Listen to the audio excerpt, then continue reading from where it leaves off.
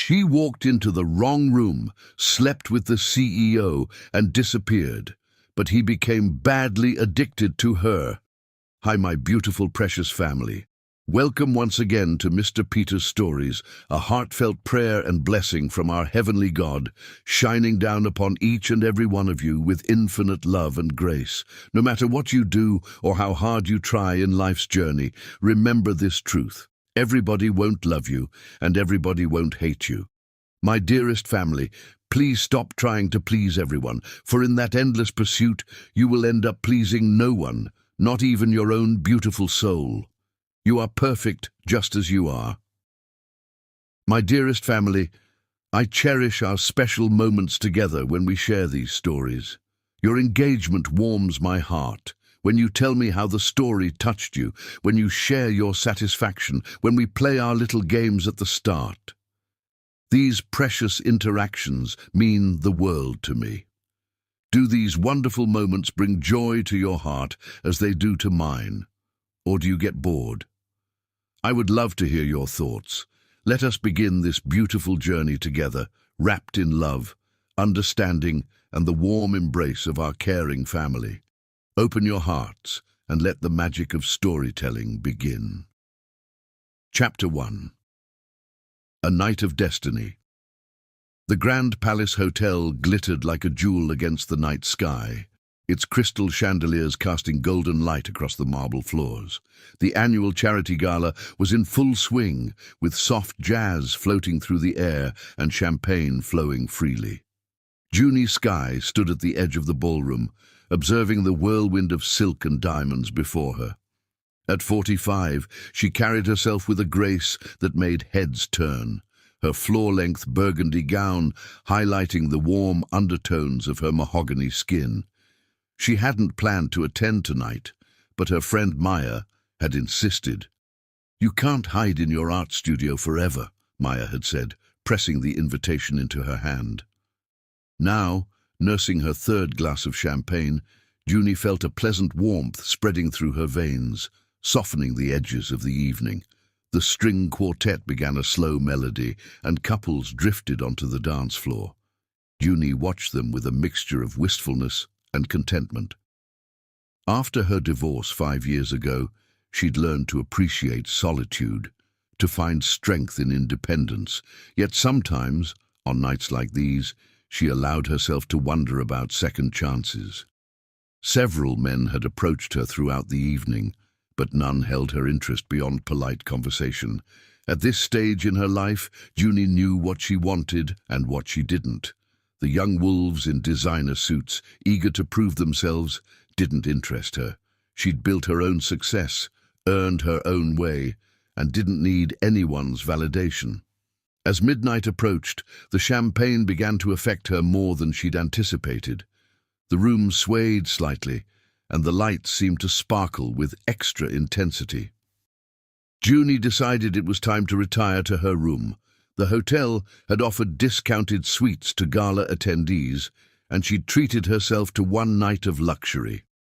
Making her way to the elevator, Junie fumbled in her clutch for her room key. The numbers swam before her eyes. Was it 1542 or 1524? She was usually more careful with her drinking, but tonight had been different.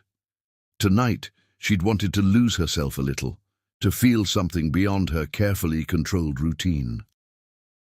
The elevator climbed smoothly to the 15th floor, and Junie stepped out, her heels clicking against the plush carpet.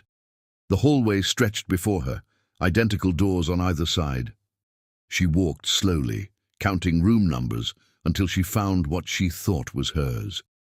The keycard slipped easily into the lock, and the door opened with a soft click. The suite was dark, illuminated only by city lights filtering through the floor-to-ceiling windows. Junie didn't bother with the lights. She knew the layout of these luxury suites, and the darkness felt welcoming. She slipped off her heels, sighing with relief as her feet sank into the thick carpet. Moving to the window, Junie gazed out at the glittering cityscape. From this height, the world seemed distant, dreamlike. She reached up to unpin her hair, letting the dark waves cascade down her back. The tension of the evening began to melt away as she slowly unzipped her dress, letting it pool at her feet. Standing in her silk slip, Junie felt remarkably free. The champagne had left her feeling warm, slightly reckless. She turned from the window, ready to sink into what she assumed would be an empty bed. But the bed wasn't empty. A figure stirred in the darkness, and Junie's heart stopped. A deep voice, rough with sleep, broke the silence. "You're not the maid." Junie froze, her pulse thundering in her ears. As her eyes adjusted to the darkness, she made out the form of a man sitting up in the bed. Moonlight caught the planes of his bare chest, highlighting powerful shoulders and arms that spoke of regular workouts rather than vanity. I'm so sorry," Junie stammered, reaching for her dress. "Wrong room. I'll just wait."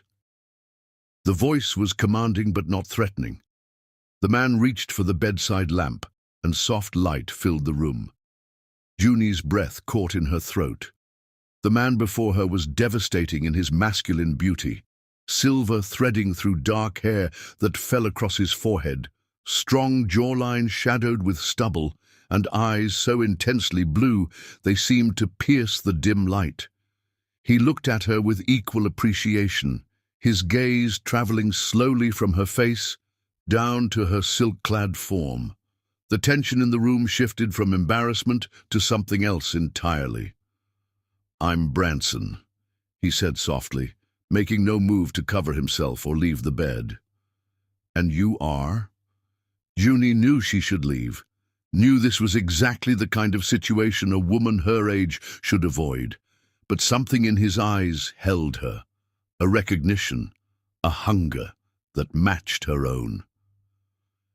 "Junie," she whispered, her voice barely audible over the sound of her racing heart. Branson stood slowly, the sheets falling away to reveal black silk pajama pants riding low on his hips. He moved toward her with the grace of a predator, but his eyes were gentle, questioning. "You're the most beautiful mistake that's ever walked into my room," he said, stopping just inches from her. His scent enveloped her, sandalwood and something uniquely male. Junie's breath quickened. She could feel the heat radiating from his body, see the pulse beating in his throat. Every instinct told her to run, to apologize again and flee, but the champagne had loosened something inside her, some wild yearning she'd kept carefully locked away. "Maybe it wasn't a mistake," she heard herself say. Branson's hand came up to cup her cheek, his thumb tracing her lower lip. Junie's eyes fluttered closed at his touch, her body swaying slightly toward him. His other hand found her waist, steadying her. "Look at me," he commanded softly. Junie opened her eyes, meeting his gaze. The desire she saw there made her knees weak. "I want to kiss you," he said, his voice rough. "But if I do, I won't want to stop." Junie's answer was to rise on her tiptoes, pressing her lips to his. The kiss started gentle, questioning, but quickly blazed into something more. Branson's arms wrapped around her, pulling her flush against him. Junie gasped at the contact, her hands sliding up his chest to tangle in his hair. The silk of her slip whispered against his skin as they moved together. Branson's kisses traveled down her neck, pulling soft moans from her throat. His hands roamed her body with a reverence that brought tears to her eyes. It had been so long since anyone had touched her like this, like she was precious and desirable. "You're trembling," he murmured against her skin. "It's been a while," Junie admitted, her voice shaky. Branson pulled back slightly, studying her face. "We can stop." Junie shook her head, reaching up to trace the line of his jaw. "I don't want to stop." His eyes darkened at her words. In one fluid motion, he lifted her into his arms, carrying her to the bed. Junie felt weightless, protected, desired. As he laid her down, the city lights painted patterns across their skin, creating an otherworldly atmosphere. What followed was unlike anything Junie had experienced before. Branson worshipped her body with his hands and mouth, drawing pleasure from her until she cried out his name. He knew exactly how to touch her, where to linger, when to be gentle, and when to be firm. It was as if he could read her body's every signal, anticipating her needs before she knew them herself. When they finally came together, the connection was more than physical. Uni looked into his eyes and saw something that terrified and thrilled her. A recognition, a possibility, a future she hadn't dared to imagine. Hours passed, like minutes, as they explored each other. Sometimes tender, sometimes passionate, but always with an underlying intensity that took Uni's breath away. Between their encounters, they talked in whispers about everything and nothing, careful to avoid last names or specific details, preserving the magic of their anonymous encounter. As dawn began to paint the sky in shades of pink and gold, Uni lay in Branson's arms, listening to his heartbeat. She knew she should feel regret or shame about spending the night with a stranger, but instead she felt alive. More alive than she had in years. Branson's fingers traced lazy patterns on her bare shoulder. "Stay," he murmured, his voice heavy with sleep. Uni pressed a kiss to his chest, memorizing the feel of him, the scent of him, the way his arms felt around her. Then, with a grace born of years of yoga, she slipped from his embrace. "Sleep," she whispered, gathering her clothes. She dressed quickly and silently, her movements precise despite her emotional turmoil. At the door, she turned for one last look. Branson had drifted back to sleep. His powerful form sprawled across the sheets they'd tangled together. Uni's heart clenched at the sight. Part of her wanted to crawl back into his arms, to see where this could lead in the light of day. But she knew better. Magic like this belonged to the night, to moments stolen from reality. In the harsh light of morning, their differences would become apparent, and the spell would break. Better to leave with the memory perfect and untarnished. As Uni closed the door softly behind her, she didn't see Branson's eyes open, didn't see him reach for the space she'd left cold beside him.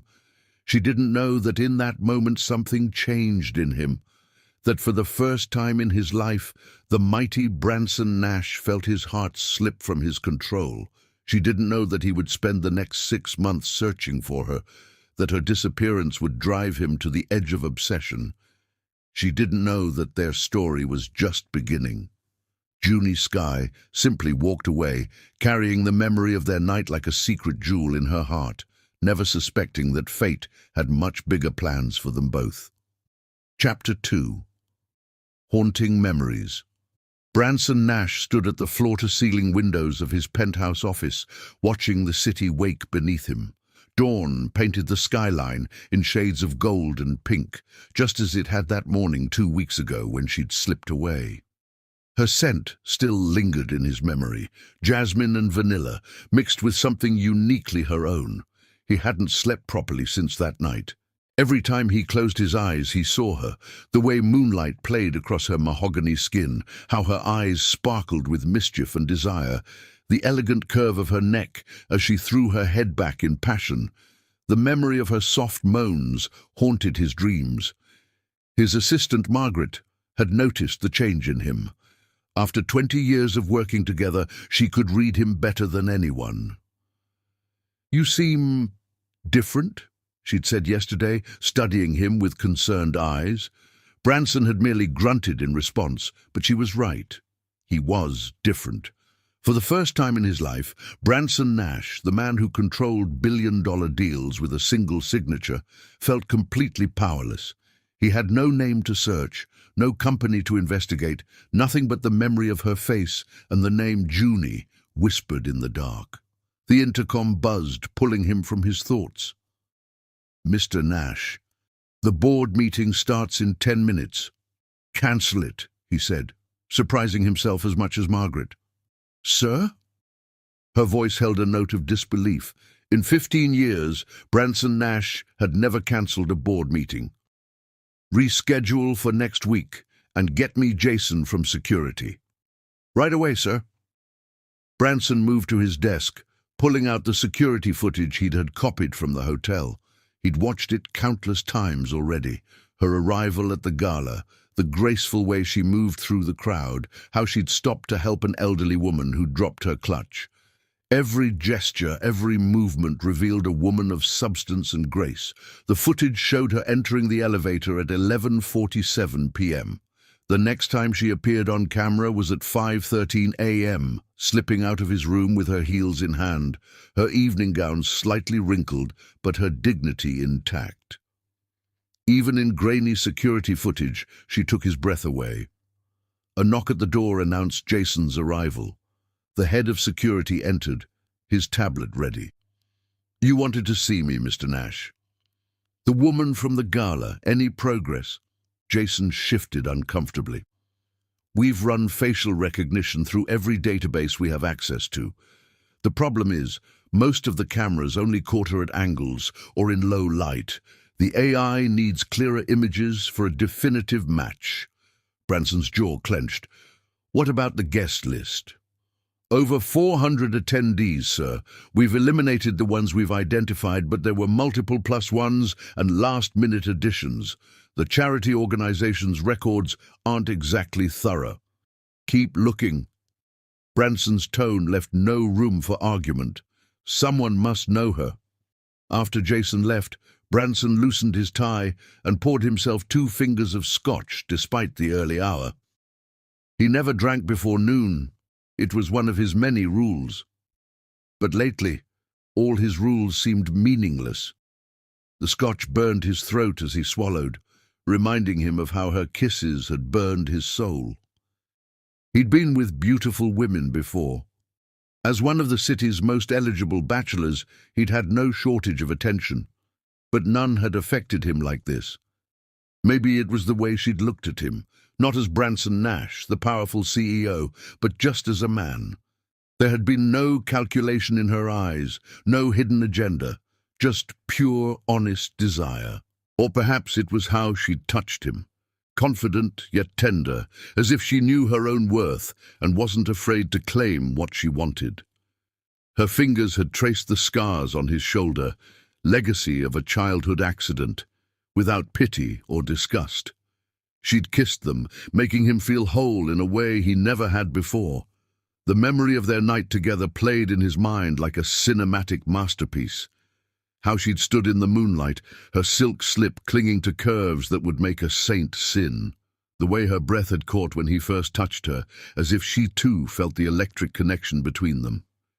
He remembered every detail, the small birthmark on her left hip, the delicate silver anklet she wore, how her nails had dug into his shoulders as pleasure overwhelmed her. But most of all, he remembered the moments between their passionate encounters, when they talked in whispers about dreams and fears, carefully dancing around any details that might break the spell. "I collect memories," she'd told him, tracing patterns on his chest. "Little moments of beauty that no one can take away." "Is that what this is?" he'd asked. "Just a memory to collect?"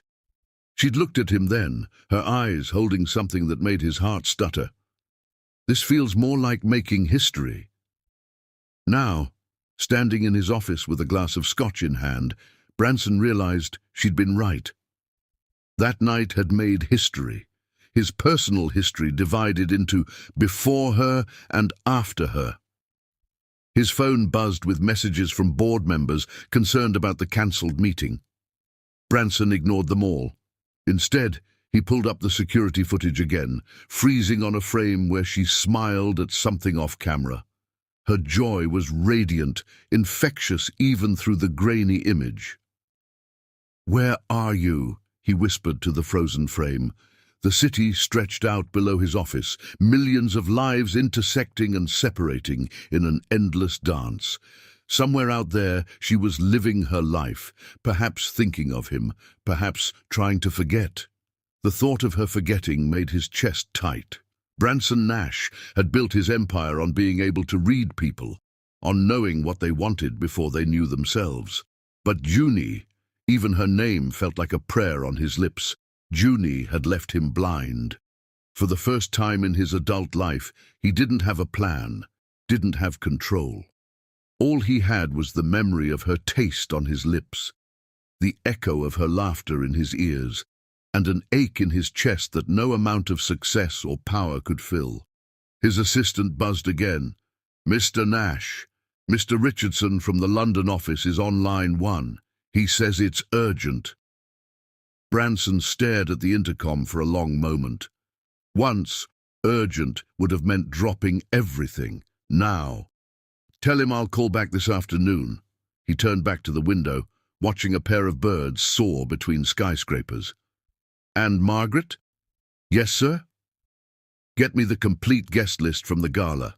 Not just the official one. I want to know every person who walked through those doors that night. Every staff member, every +1, every last-minute addition." That could take weeks to compile thoroughly.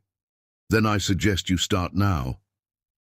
After Margaret's acknowledgement, Branson returned to his contemplation of the city. His reflection in the window showed a man he barely recognized. Same expensive suit, same commanding presence, but his eyes held a hunger that hadn't been there before. He'd built his fortune by never taking no for an answer, by finding ways around obstacles that others considered insurmountable. This would be no different. He would find her. The day stretched ahead of him, filled with meetings and decisions that would affect thousands of lives.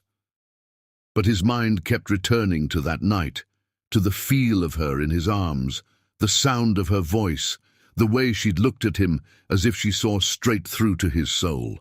His phone buzzed again, this time with a text from his brother. "Heard you cancelled the board meeting. Everything okay?" Branson smiled slightly. If only they knew. Nothing was okay. Nothing would be okay until he found her again. He picked up the phone to respond, then paused, remembering something she'd said that night. They'd been talking about fate, about the strange paths life takes. "Sometimes," she'd whispered against his skin, "the best things in life find us when we're not looking." But Branson Nash had never been good at waiting for things to find him.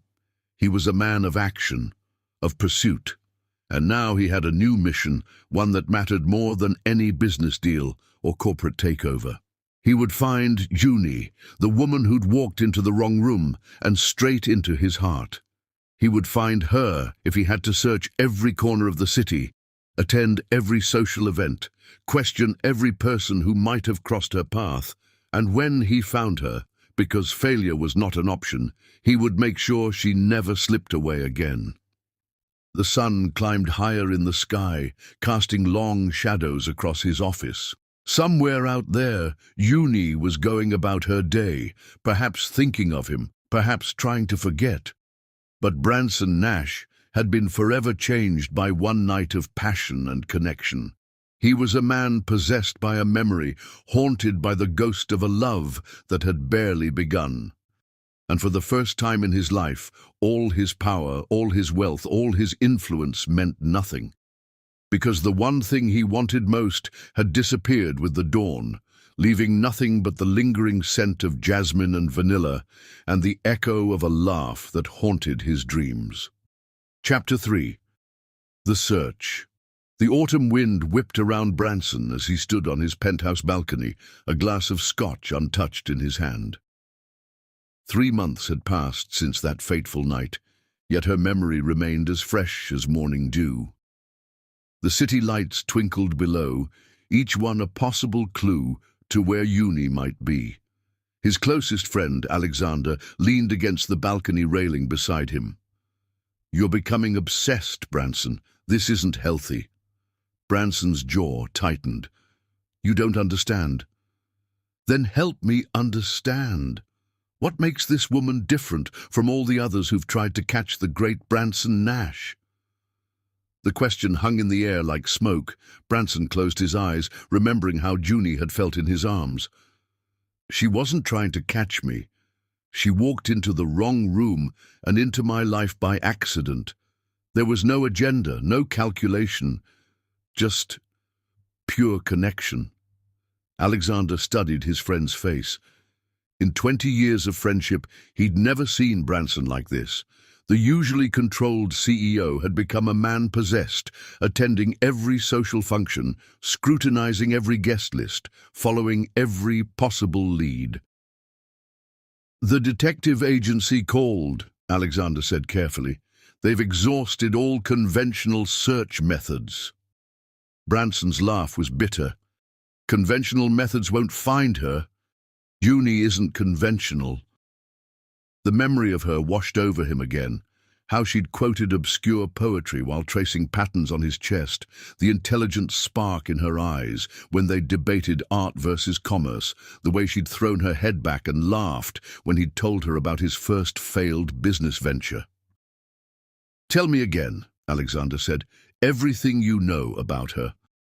Branson had recited these details countless times, like a prayer, a mantra. "Her name is Uni. She's in her mid-40s, though she carries herself with timeless grace. Mahogany skin, eyes that shift between amber and honey depending on the light, a small birthmark on her left hip. She wears a silver anklet with tiny bells that chime when she walks. She's educated. We discussed everything from quantum physics to Renaissance art. She mentioned teaching once, but I don't know where or what. That's not much to go on. She collects antique perfume bottles. She speaks French with a slight Canadian accent.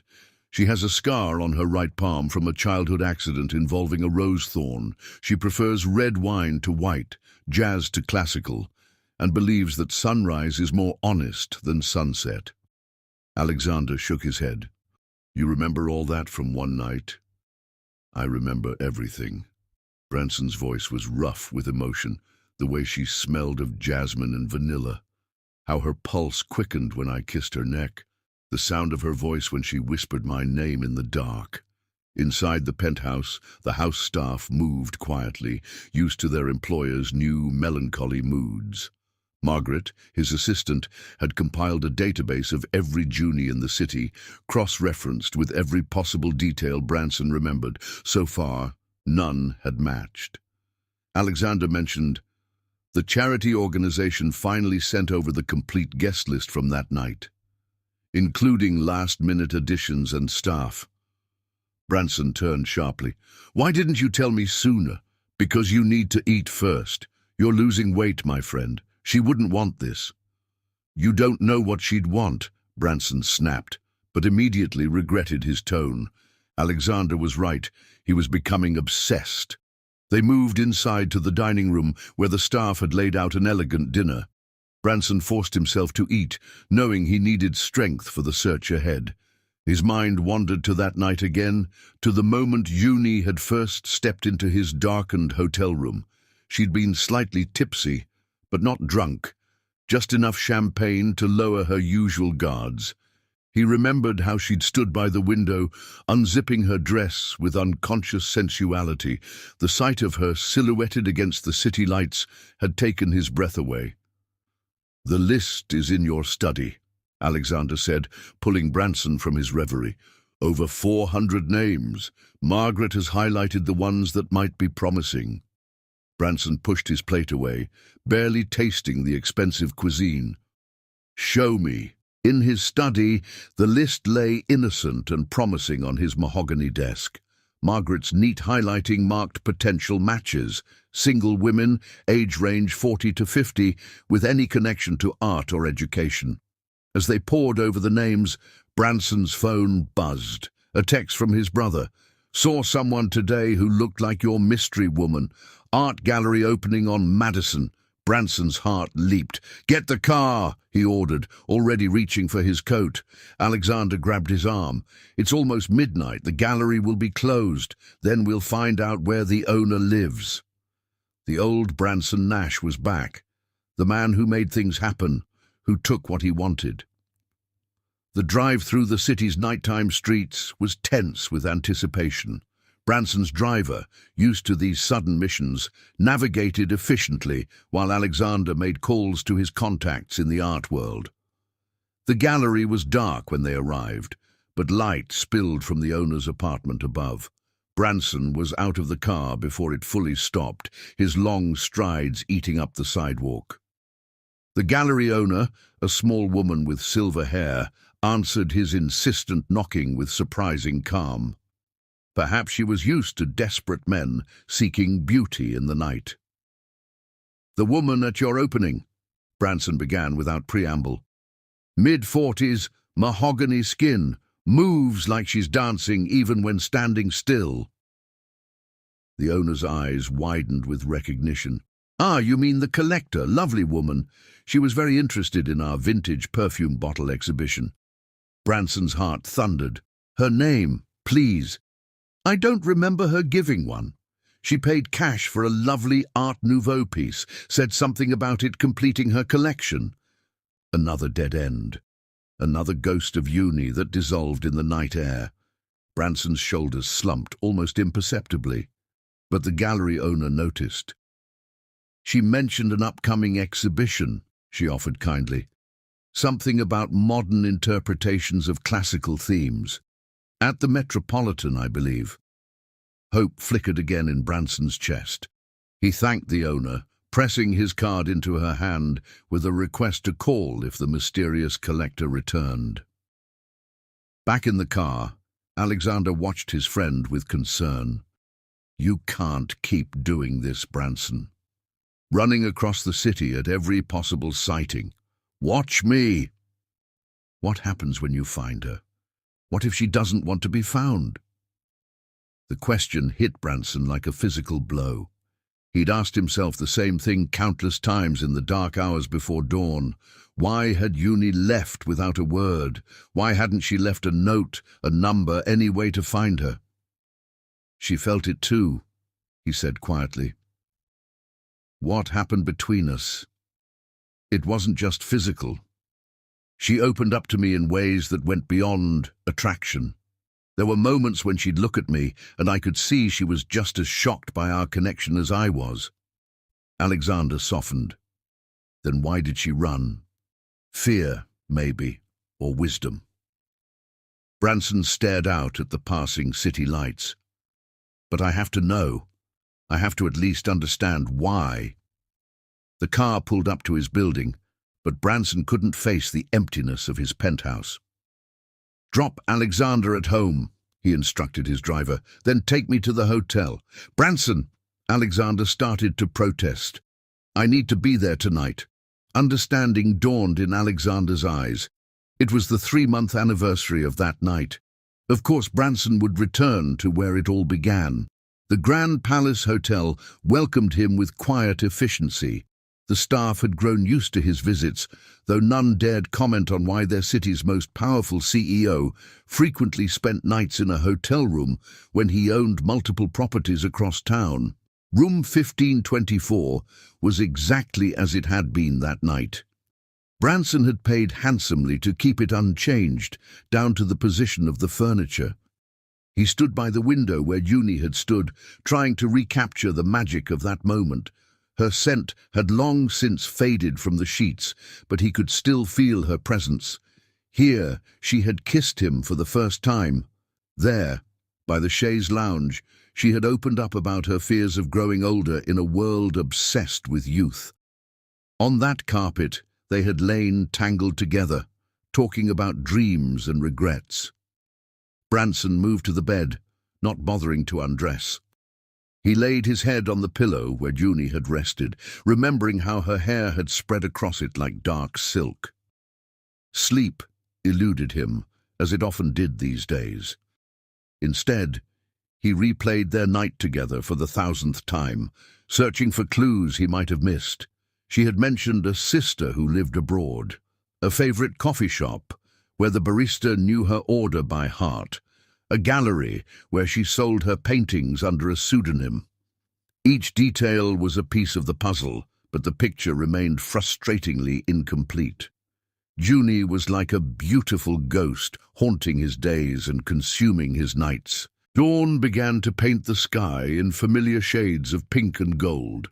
Branson watched the sunrise, remembering how Uni had claimed it was more honest than sunset. "Sunrise shows us as we really are," she had said. "No masks, no pretenses, just pure, raw truth." He wondered what truth the sunrise would reveal when he finally found her. Would she welcome him or turn away? Would the connection they'd shared survive in daylight, or would it evaporate like morning dew? The city was waking up around him, another day of possibilities beginning. Somewhere out there, Juni was starting her day too. Perhaps she was thinking of him, remembering their night together with the same intensity that plagued him. Branson Nash had built his empire on certainty, on careful calculation and controlled risks. But Juni had shown him a different kind of wealth, the riches of spontaneity, the luxury of letting go, the treasure of genuine connection. As he watched the sun climb higher, Branson made a silent vow. He would find her, not because he was obsessed, though he was, not because his pride was wounded, though it stung, but because in one night, Juni had shown him a version of himself he'd never known existed, a man capable of deep feeling, of vulnerability, of love. Yes, love. He could admit it now, in the honest light of dawn. Branson Nash, the man who had everything, had fallen in love with a woman who'd walked into the wrong room and disappeared like a dream. But dreams, he reminded himself, sometimes came true, and he would move heaven and earth to make this one reality. Chapter 4. Unexpected Reunion. The Riverside Gallery hummed with quiet sophistication as the city's elite gathered for the opening of its newest exhibition. Juni stood before an abstract canvas, wineglass untouched in her hand, trying to focus on the art rather than the memories that had haunted her for the past 4 months. Her friend Maya appeared at her elbow, excitement dancing in her eyes. "You won't believe who just walked in." Juni's heart skipped, but she kept her voice steady. "I'm not interested in gossip tonight." "Oh, but you'll be interested in this." Maya's smile was knowing. Branson Nash himself just arrived. They say he never attends these smaller gallery openings, but lately he's been appearing everywhere. The name hit Juni like a physical blow. She'd seen it in newspapers, on business channels, even overheard it in cafes. Each time, the memory of that night would wash over her with overwhelming intensity. "I need some air," Juni murmured, handing Maya her wineglass. The gallery's balcony offered a quiet escape, and the cool evening breeze helped calm her racing pulse. 4 months. 4 months of trying to forget the feel of his hands on her skin, the sound of his voice in the dark, the way he'd looked at her as if she were the most fascinating creature he'd ever encountered. 4 months of wondering if she'd made the biggest mistake of her life by walking away. The city stretched out before her, a tapestry of lights and shadows. Somewhere in that urban maze was the hotel room where everything had changed. She'd driven past it countless times, tempted to go in, to see if he ever— "Hello, Juni." The voice sent electricity down her spine, deep, commanding, achingly familiar. She didn't need to turn to know who stood behind her, but she did anyway. Branson Nash filled the doorway, more devastating in person than any photograph or memory. His tailored suit couldn't quite hide the fact that he'd lost weight, and there were new lines around his eyes, but his presence was as powerful as ever. "How ... Juni's voice failed her. "Did I find you?" His smile held no warmth. "I've been looking for 4 months, 3 days, and approximately 7 hours. Juni gripped the balcony railing for support. "I didn't think—" "That's obvious." He moved closer, his scent, sandalwood and masculine heat, enveloping her. "You didn't think I'd want to find you. You didn't think what we shared meant anything. You didn't think I'd go mad trying to understand why you disappeared. It was one night," she whispered, but the words sounded hollow even to her own ears. "Was it?" Branson was close enough now that she could feel the heat radiating from his body. "One night that changed everything, one night that's haunted every moment since, one night that made everything else in my life feel pale and meaningless." Juni forced herself to meet his gaze. His blue eyes burned with an intensity that made her knees weak. "What do you want from me?" "The truth." His hand came up to cup her cheek, and Junie couldn't help leaning into his touch. Why did you run? The question she'd asked herself 1,000 times. Junie closed her eyes, fighting back tears. Because I was afraid. Of what? Of this. Of feeling something so powerful it terrifies me. Of wanting someone so much it hurts. She opened her eyes, letting him see her vulnerability. Of falling in love with a man who lives in a completely different world than mine. Branson's thumb traced her lower lip, sending shivers through her body. You love me. I barely know you.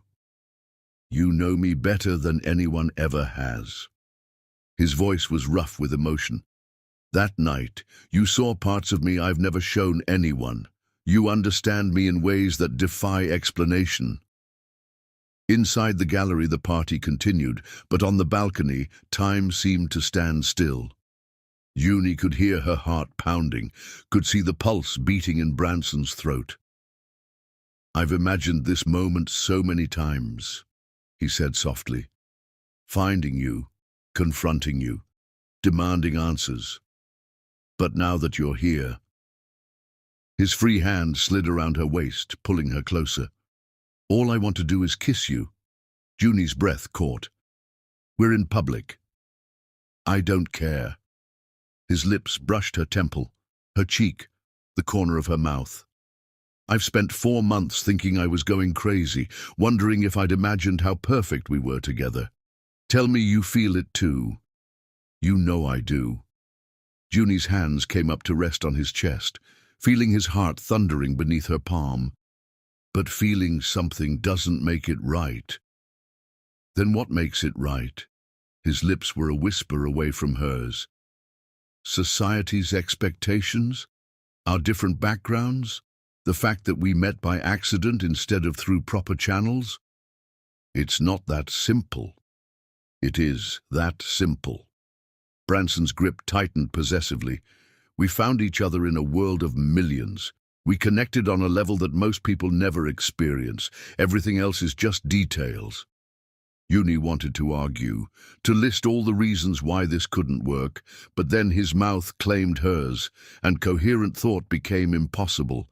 The kiss was both familiar and new. The same electricity, the same perfect fit. But now, charged with months of longing and unspoken words, she melted into him, her arms sliding around his neck as his tongue swept into her mouth. Branson kissed her like a man starved, like he was trying to devour every taste, every sensation he'd been denied these past months. When they finally broke apart, both breathing heavily, Junie saw that several party guests had gathered at the balcony doors, watching with undisguised interest. The great Branson Nash, locked in a passionate embrace with an unknown woman. Tomorrow's gossip was already writing itself. Your reputation, she began, but Branson cut her off with another brief, fierce kiss. I don't care about my reputation. I care about you. His eyes searched hers. Do you know what these months have been like? Seeing you in every crowd, jumping at every mention of your name, going crazy, wondering where you were, if you were happy, if you ever thought about me. I thought about you every day, Junie admitted. Every time I saw your name in the news, every time I drove past that hotel. I keep the room. The confession tumbled out. I pay to keep it exactly as it was that night. I go there sometimes, trying to recapture the magic of what we shared. Tears spilled down Junie's cheeks. Why are you telling me this? Because I want you to understand what you do to me.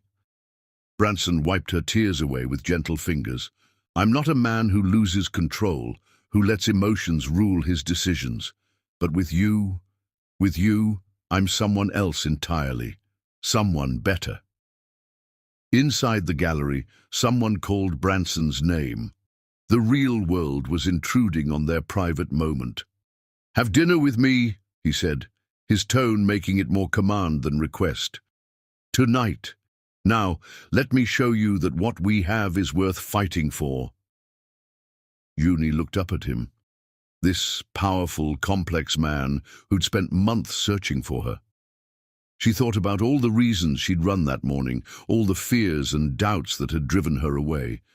But she also thought about how empty these months had been, how pale and meaningless other men seemed in comparison, how no one else's touch made her feel so alive, so seen, so completely herself. "Yes," she whispered. Branson's smile transformed his entire face, erasing the tension and worry of the past months.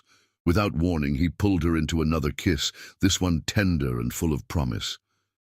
"Don't run away again," he murmured against her lips. "I don't think my heart could take it." Junie wound her fingers in his hair, holding him close. "I'm tired of running." As if on cue, the sky opened up, soft rain beginning to fall. Other guests hurried inside, but Branson and Junie remained on the balcony, lost in each other's eyes. "We should go in," Junie said, but made no move to leave his embrace. "In a minute." Branson's fingers traced her face as if memorizing every detail. "I want to remember you just like this. Rain in your hair, starlight in your eyes, finally back in my arms where you belong." The moment stretched between them, perfect and precious. Junie knew there would be challenges ahead, their different worlds colliding, society's judgment, their own fears and insecurities. But standing there in Branson's arms, with rain falling softly around them and the city lights twinkling below, none of that seemed to matter. For the first time since that fateful night, Junie felt completely, utterly right. The missing piece of her heart had found its way home. Chapter 5. Confrontation. The morning sun filtered through the windows of Junie's art gallery, casting long shadows across the polished hardwood floors. She moved between the paintings, adjusting frames and checking lighting, trying to keep her hands busy enough to stop their trembling. Last night's encounter with Branson at the exhibition opening had shaken her more than she cared to admit. The gallery wasn't officially open yet, but the soft chime of the doorbell shattered her morning solitude. Junie's heart stopped when she saw who stood in the doorway. Branson Nash filled the space with his presence, dressed impeccably in a charcoal suit that emphasized his broad shoulders. His eyes locked onto her immediately, intense and determined. "Where have you been?" His voice was rough with emotion. "I've searched for you everywhere." Junie steadied herself against a nearby pedestal, forcing her expression to remain neutral. "I'm sorry, I don't recognize you. Who are you?" The words hit him like physical blows. She watched the color drain from his face, saw the flicker of devastation in his eyes before he masked it. "Don't." His voice was barely a whisper. "Don't pretend you don't remember. That night meant something, Junie. It meant everything." She turned away, unable to bear the raw pain in his expression. "I'm sorry, but I think you have me confused with someone else, and I'm already in a relationship." The lie tasted bitter on her tongue. Behind her, she heard his sharp intake of breath, followed by heavy silence. "Look at me," he commanded softly. Against her better judgment, Junie turned. Branson had moved closer, close enough that she could smell his familiar scent, sandalwood and something uniquely him that made her heart race. "Tell me you don't remember how we talked until dawn," he said, his voice low and intense. "Tell me you don't remember how perfectly we fit together, how you whispered my name in the dark, how you told me about the scar on your palm from the rose thorn when you were 12. Junie's hand instinctively covered the small scar. "I dot." "Tell me you don't remember sharing your fears about aging in a youth-obsessed world, or how you collect antique perfume bottles, or how you believe sunrise is more honest than sunset." His eyes bore into hers. "Tell me you don't remember any of it, and I'll walk away." Tears threatened to spill from Junie's eyes. Of course she remembered. Every detail of that night was burned into her memory like a brand. "Why are you doing this?" she whispered. "Because I haven't slept properly in months." Branson stepped closer, his presence overwhelming her senses. Because I see you in every crowd, hear your laugh in my dreams, feel your touch like a ghost on my skin.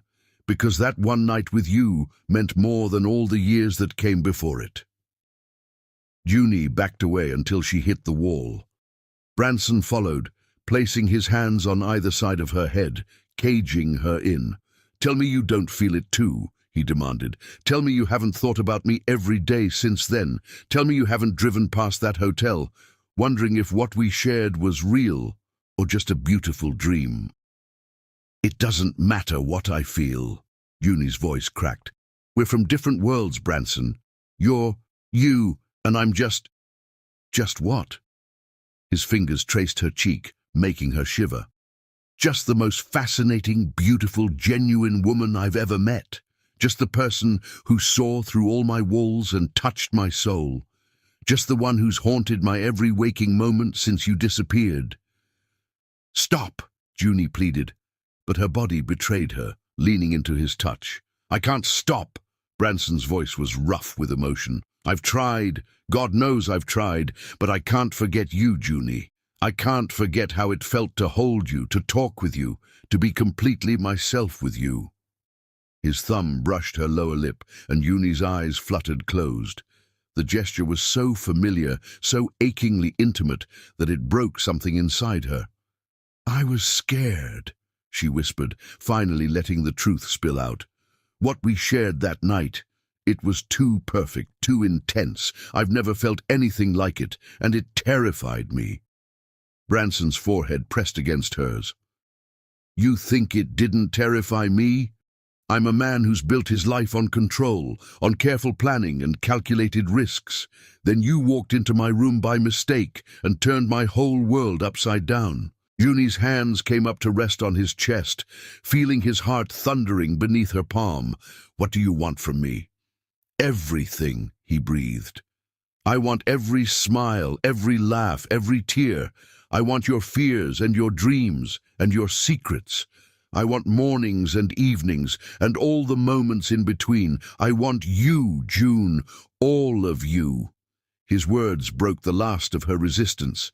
Junie surged forward, capturing his lips with hers. Branson responded instantly, his kiss desperate and demanding. Months of longing poured into a single moment of connection. His hands tangled in her hair as he deepened the kiss, tasting her, devouring her. Junie moaned into his mouth, her fingers clutching his shoulders for support as her knees weakened.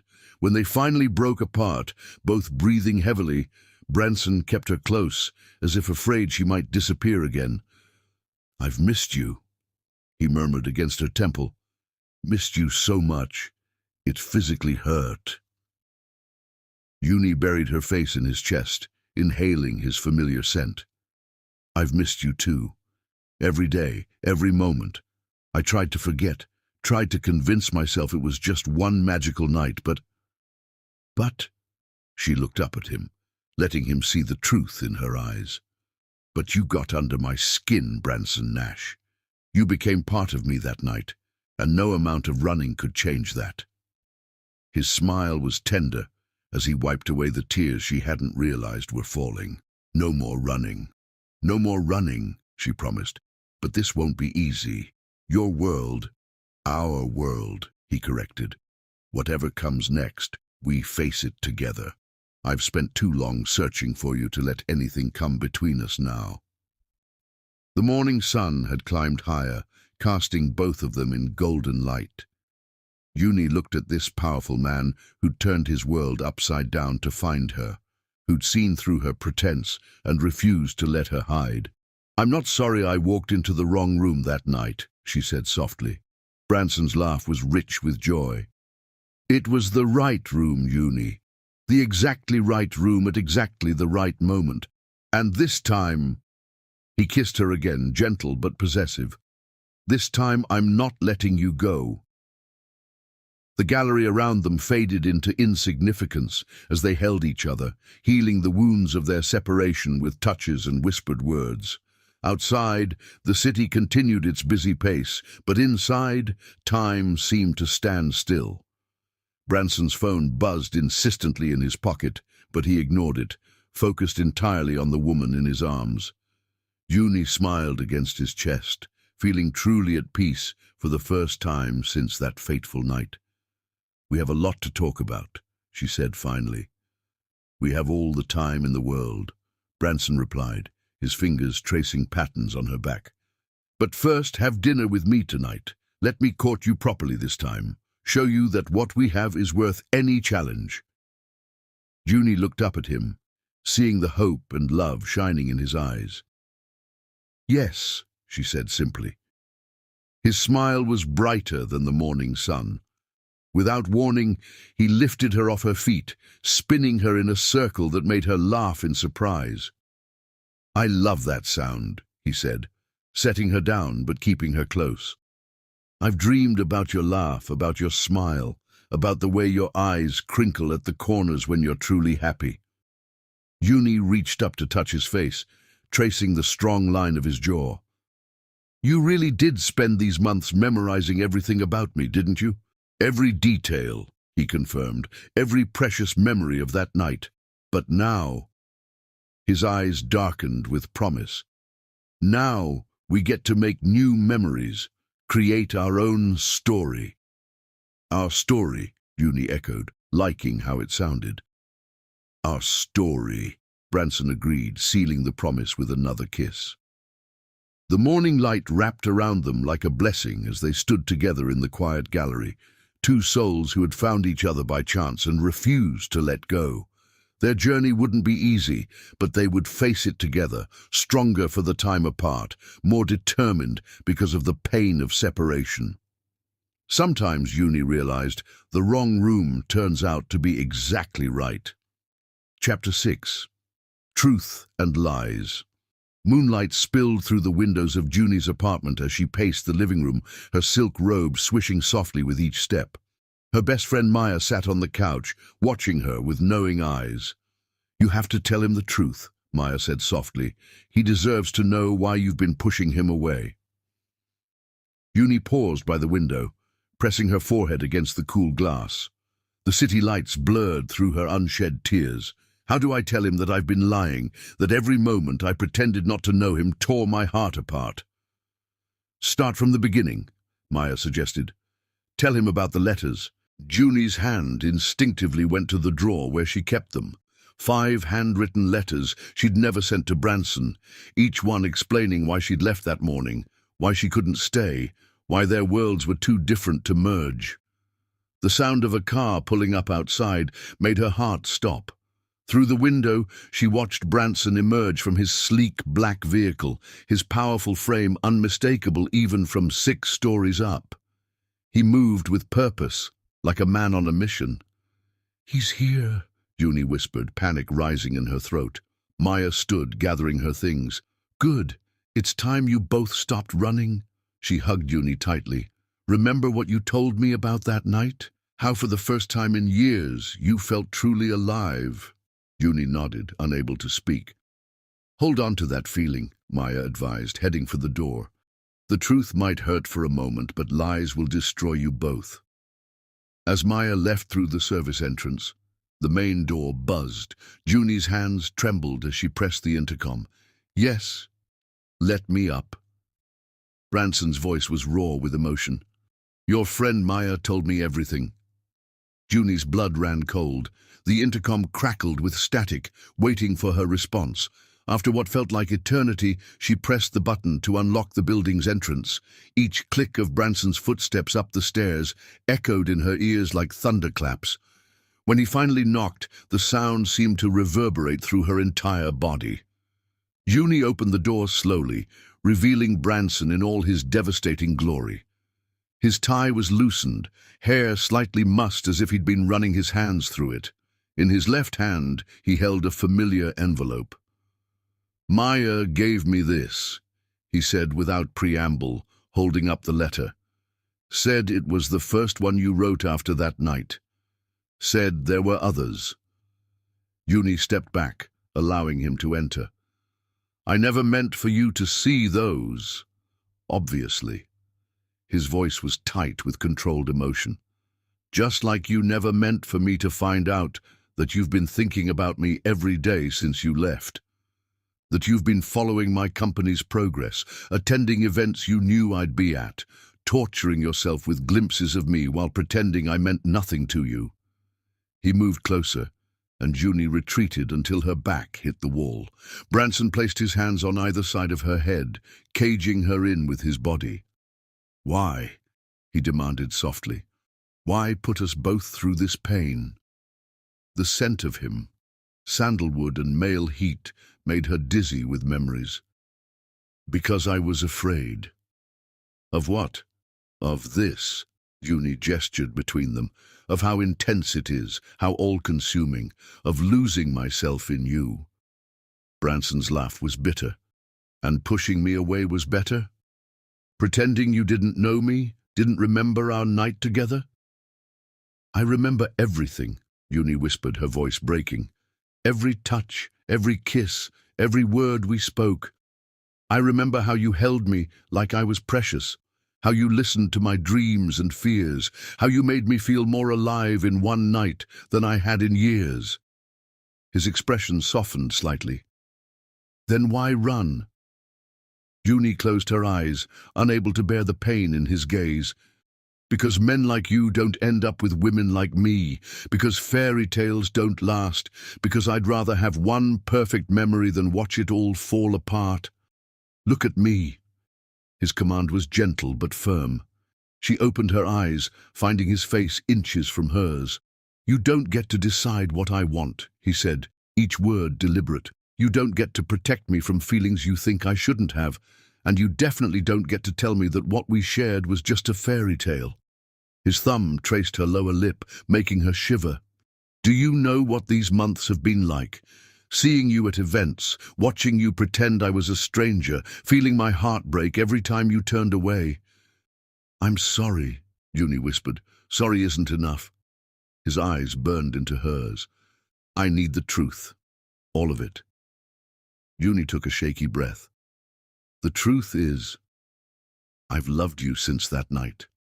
Not just because of how you made me feel physically, but because of how you saw me, really saw me. You listened to my dreams about opening my own gallery, encouraged me to believe in my art again.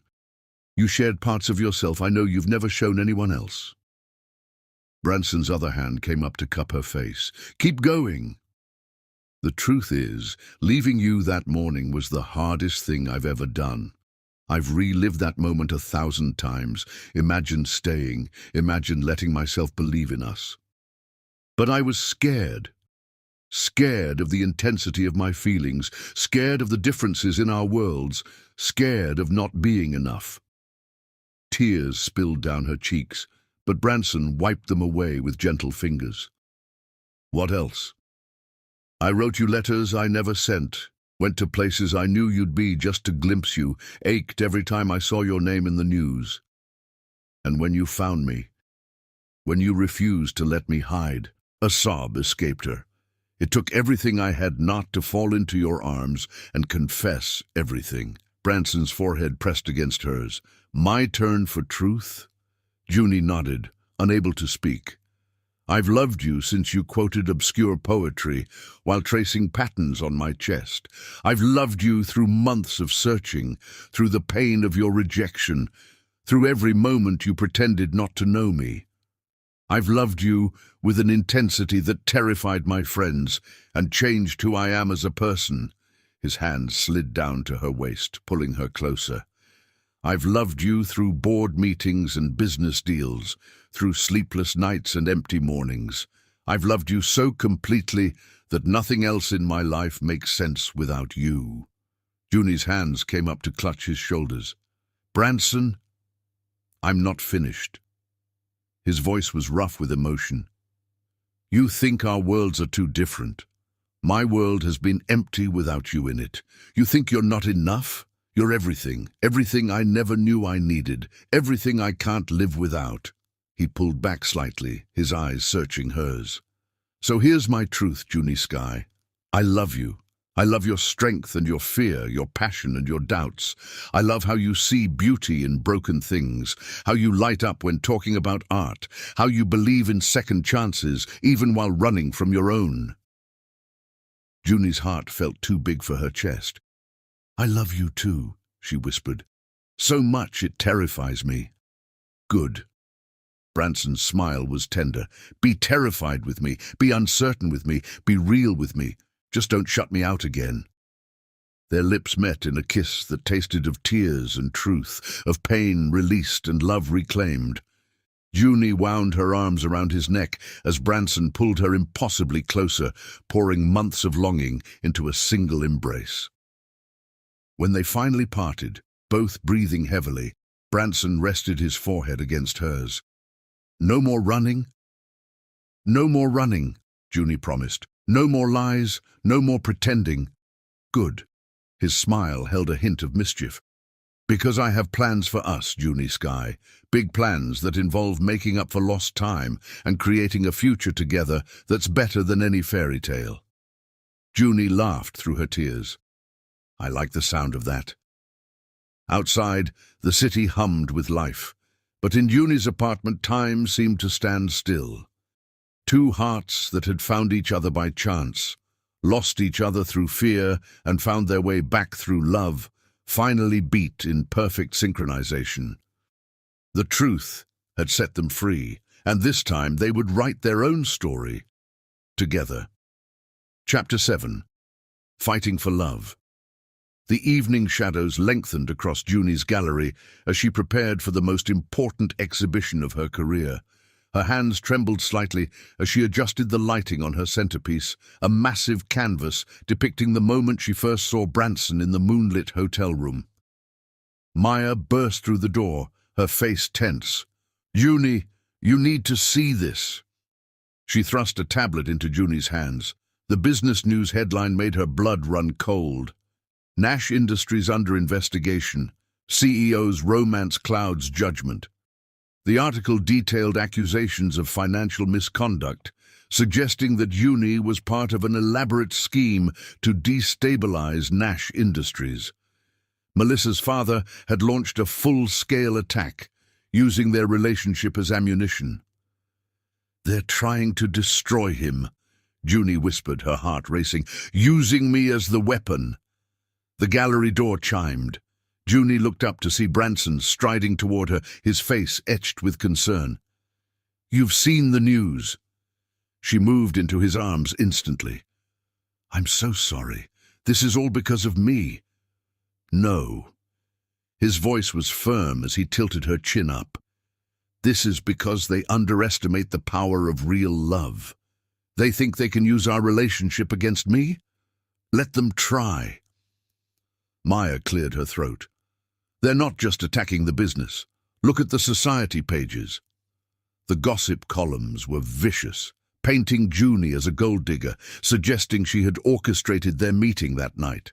Some even claimed she had been working with Melissa's family all along. "My exhibition opens tomorrow," Junie said quietly. "The centerpiece is our story, how we met, how we fell in love. Maybe we should postpone." "Absolutely not." Branson's eyes blazed with determination. "We're not hiding our love. In fact—" A slow smile spread across his face.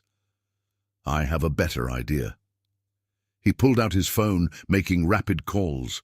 Within hours, the gallery was transformed. Additional security arrived, along with a team of PR professionals and legal experts. "Tomorrow night," Branson explained, "instead of just your exhibition, we're holding a press conference. We're going to tell our story, the full story, on our terms." Junie's heart swelled with love for this man who refused to let anyone diminish what they shared. "Are you sure?" "It could make things worse for the company. The company means nothing without you." He gathered her close. "Let them see how we really met, how we fell in love. Let them witness what true love looks like, not their manipulated version, but our beautiful reality." They worked through the night, preparing. Junie's paintings told their story eloquently, from the magical first meeting to their current battle. Each canvas captured not just events, but emotions, the depth of their connection, the power of their love. As dawn approached, Branson found Junie standing before her favorite piece, a painting of the moment she'd pretended not to know him when he'd seen through her fears. "I was so scared that day," she admitted, "scared of losing myself in loving you. And now—" his arms encircled her from behind. "Now I know that loving you makes me more myself than I've ever been." She turned in his embrace. "You don't try to change me or control me. You love every part of me, my art, my independence, my fears and dreams." Their kiss was tender yet passionate, a perfect blend of love and strength. As they parted, Branson pressed something into her hand, a small velvet box. Inside lay an exquisite sapphire ring. "This belonged to my grandmother," he explained softly. "She gave it to me the day I told her about you, said it should go to a woman who knows her own worth and fights for real love." Junie's eyes filled with tears as he slipped the ring onto her finger. "It's beautiful. Like you." His voice was rough with emotion. "Like our love. And tomorrow, we show the world exactly what that means." The exhibition opening was packed, not just with art lovers, but with media, business leaders, and society's elite. Junie stood beside Branson as he addressed the crowd. "Many of you came here expecting scandal," he began. "Instead, let me tell you about the night that changed my life forever, about a woman who walked into the wrong room and straight into my heart." His words painted their love story as beautifully as Junie's canvases. He spoke of connection, of finding true partnership, of love that transcends social boundaries and business machinations. "Look around you," he gestured to the artwork. "This is our story, told through the eyes of an incredible artist who sees beauty in truth. Every brushstroke speaks of real love, honest emotion, genuine connection." Junie stepped forward then, her voice clear and strong. "I've been accused of orchestrating our meeting, of having ulterior motives. The truth is simpler and more magical. I got lost after too much champagne and found my destiny instead." The crowd laughed softly at her honesty. Even the most cynical reporters seemed moved by the genuine love between them. "To those who would use our love as a weapon," Branson continued, his arm tight around Junie's waist, "you don't understand what you're dealing with. This isn't some society romance or business arrangement. This is soul-deep love between two people who recognize themselves in each other." Melissa's father stood at the back of the gallery, his face unreadable. But as Junie and Branson's words filled the space, something in his expression shifted. After the speeches, he approached them privately. "I owe you both an apology," he said gruffly. "Watching you together, seeing these paintings, I was wrong about your relationship." Junie squeezed Branson's hand as he responded. "Thank you. Now shall we discuss turning this attack into a partnership that benefits everyone?" The rest of the evening passed in a blur of triumph. Junie's exhibition was hailed as a masterpiece of emotional storytelling. The business press began reporting on the potential positive merger between Nash Industries and Melissa's family empire. But most importantly, their love had been witnessed and celebrated in its pure, powerful truth. No more shadows, no more doubts, no more attacks. Later that night, alone in their penthouse, Junie and Branson stood wrapped in each other's arms, watching the city lights twinkle. "Thank you," she whispered against his chest. "For what?" "For fighting for us, for turning their attack into a triumph, for loving me so completely and openly." His kiss was tender, yet passionate, always, in every way, forever. They had faced their greatest challenge and emerged stronger. Their love story, once used as a weapon against them, had become their greatest strength. And in the end, that's what real love does. It transforms challenges into triumphs, fears into courage, and two separate hearts into one unbreakable bond. Chapter 8. Past Shadows. Thunder rolled across the city as Junie paced the marble floors of Branson's family estate. Stephanie had invited them for the annual Nash family reunion, and now Junie found herself surrounded by generations of old money and judging eyes. Branson's hand at her waist was warm and reassuring as he guided her through introductions. Each relative seemed to carry the weight of centuries of tradition in their gaze. Yet it wasn't their scrutiny that made Junie's heart race. It was the portrait hanging above the grand staircase. Branson's late wife, Caroline, watched over the gathering with painted eyes that seemed to follow Junie's every move. She had been everything Junie wasn't, born to wealth, groomed for society, the perfect match on paper. "Don't let it bother you," Stephanie whispered, appearing at Junie's side. "That portrait hasn't brought joy to this house in years." But before Junie could respond, a sharp voice cut through the murmur of conversation. "Well, if it isn't my dear brother's latest acquisition." Stetson emerged from the shadows, his resemblance to Branson striking but twisted by bitterness. The prodigal son who'd been passed over for control of the family empire, who'd disappeared after Caroline's death 5 years ago. "Stetson!" Branson's voice was ice. "I wasn't aware you'd be joining us. How could I miss meeting the woman who's captured my brother's heart?" Stetson's smile was razor-sharp. "Though I must say she's quite different from dear Caroline." Junie felt Branson tense beside her. The room had gone silent, watching the brothers face off. "That's enough, Stetson." Stephanie stepped forward, but Stetson wasn't finished. "Does she know, brother? About what really happened to Caroline? About why you buried yourself in work afterward, became the cold, ruthless businessman everyone fears?" Junie's heart pounded as she watched color drain from Branson's face. This was a pain she hadn't known existed, a shadow from his past she hadn't yet understood. "This isn't the time or place," Branson growled. "It's exactly the time." Stetson turned to June. "Has he told you how Caroline died? How she was driving to confront him about his endless working hours, his emotional distance, how the accident happened less than a mile from his office?" "Stop!" Branson's voice shook with rage and grief. But Junie didn't need to hear more. She could see the truth in Branson's eyes, the guilt he'd carried, the walls he'd built, the reason he'd been so resistant to love before her. Without a word, she took his hand and led him away from the shocked whispers and prying eyes. Up the grand staircase, past Caroline's portrait, into the quiet of his old study. "Talk to me," she said softly, watching him pace like a caged tiger. "I should have told you." His voice was rough with emotion. "About Caroline, about how I failed her." "You didn't fail her." Junie moved to him, taking his face in her hands. "You were young, driven, trying to prove yourself worthy of the Nash legacy. You made mistakes, yes, but you've carried this guilt long enough." Tears filled his eyes as he pulled her close.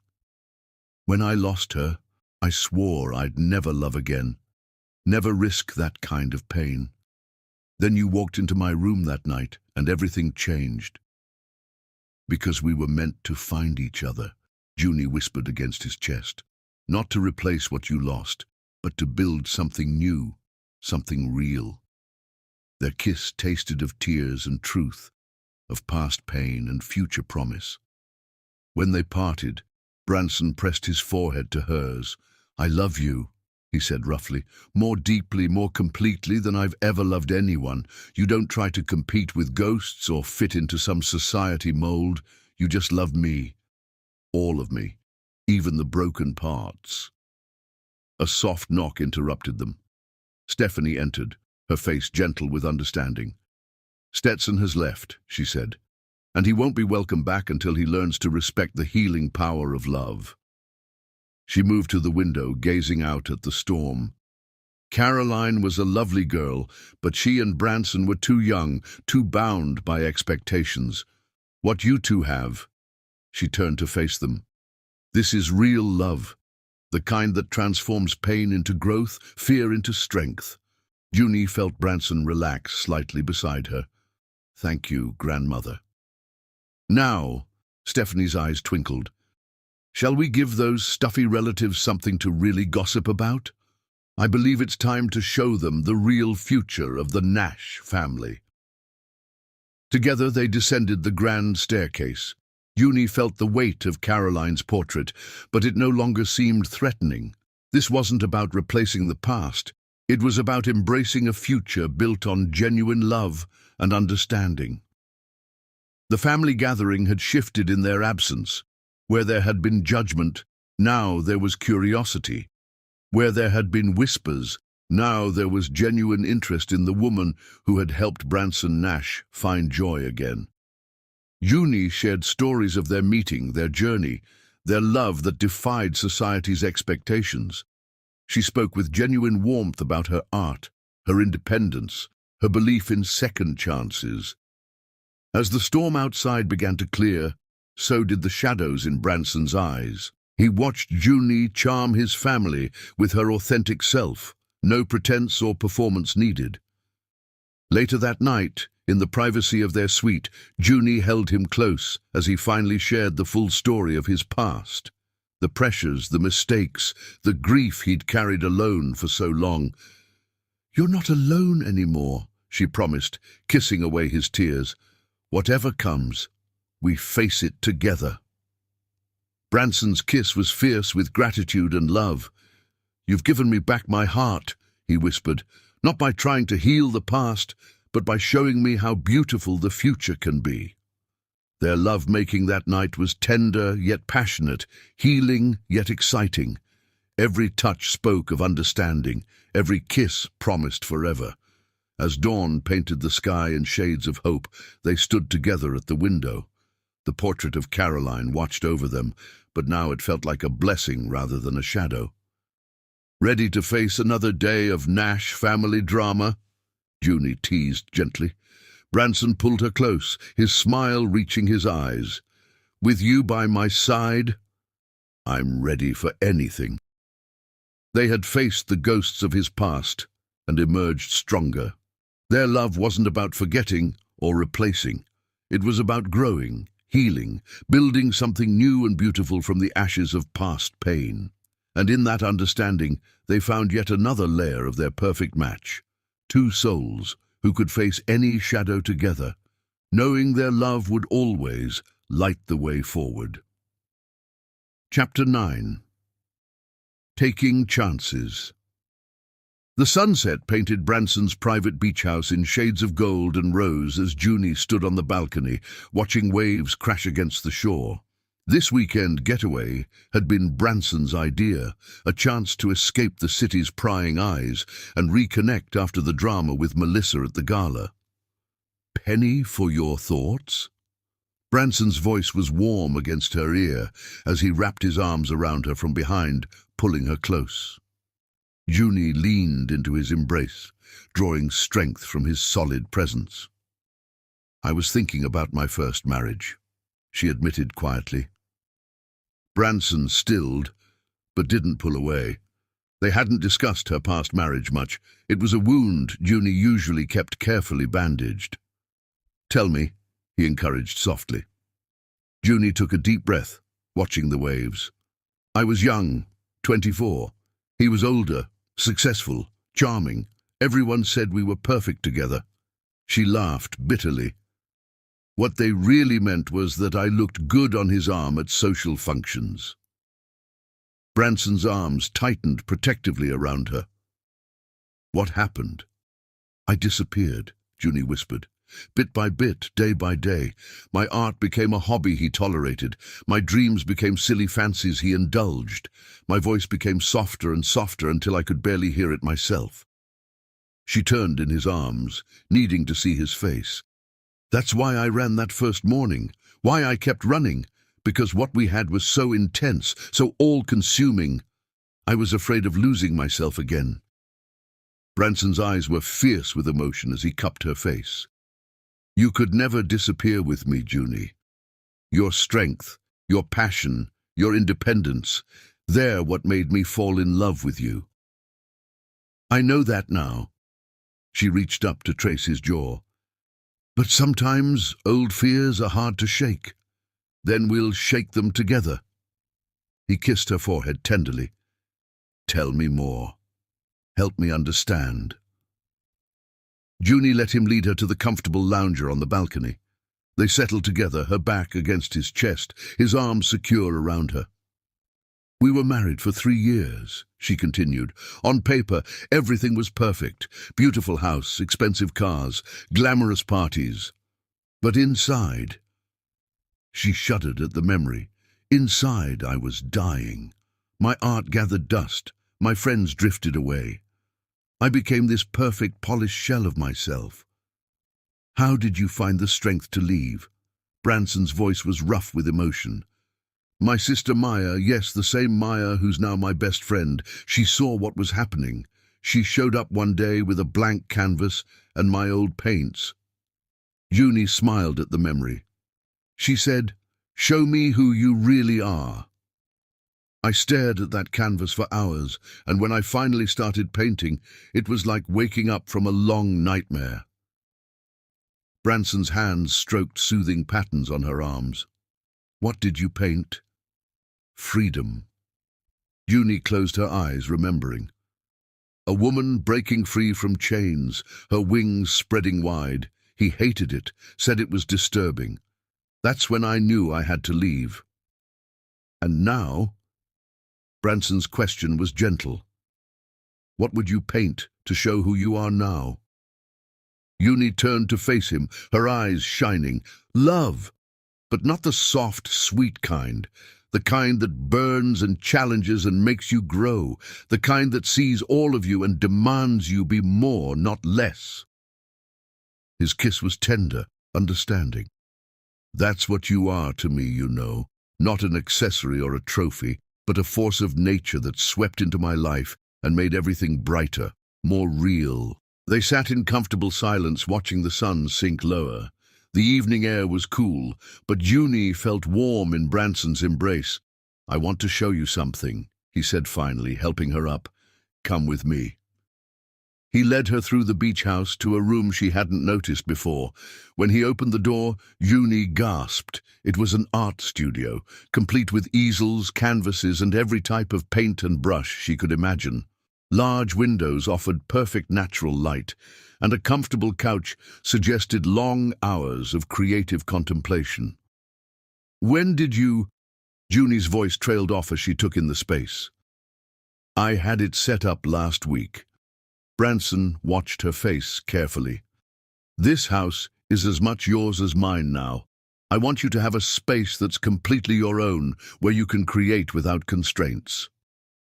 Tears spilled down Junie's cheeks as she explored the studio. Everything was top quality, but chosen with clear understanding of an artist's needs. This wasn't a hobby room. It was a serious workspace. "You understand," she whispered, turning to him. "You really understand." Branson gathered her in his arms. "I understand that your art isn't just what you do, it's who you are.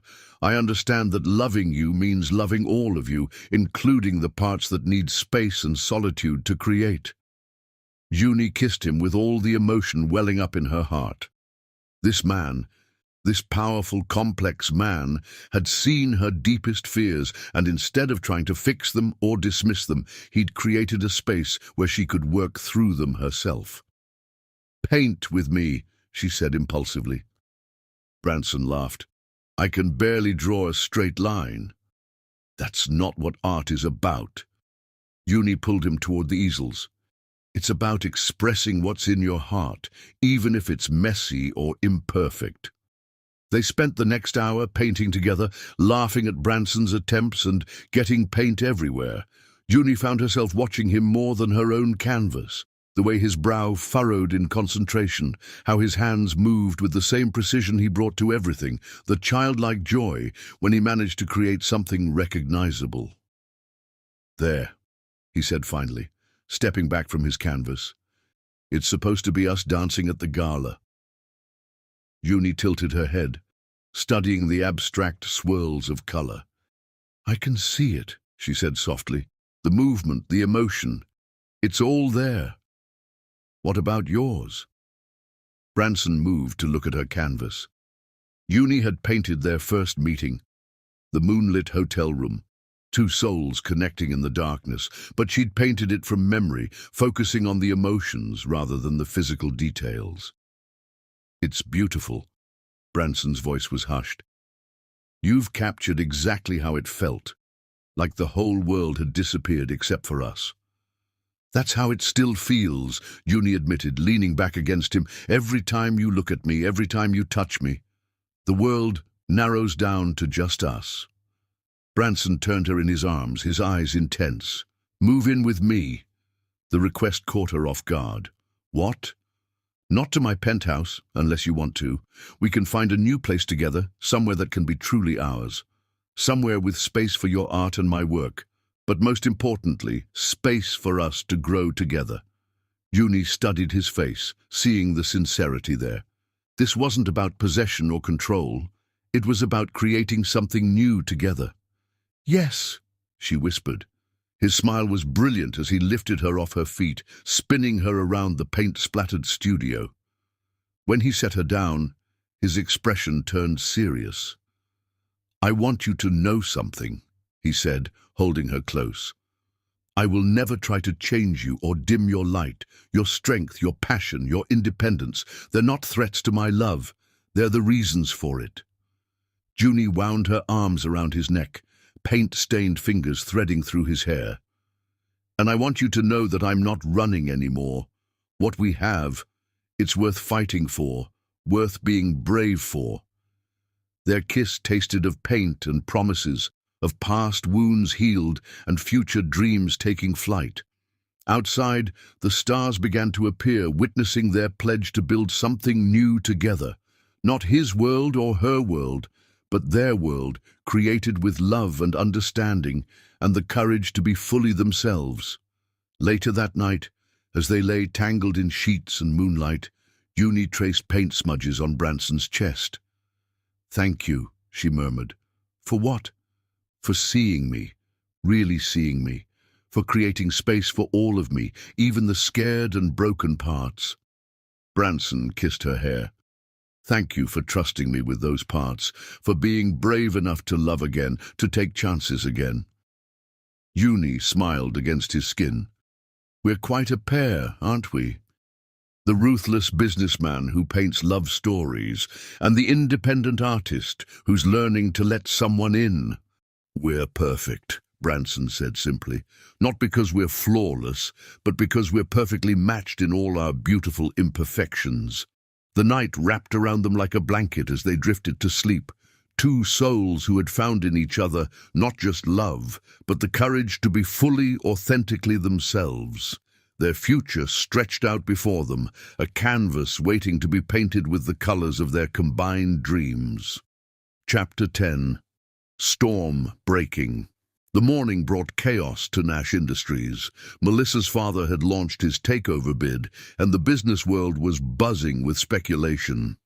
But in Branson's office, a different kind of tension filled the air.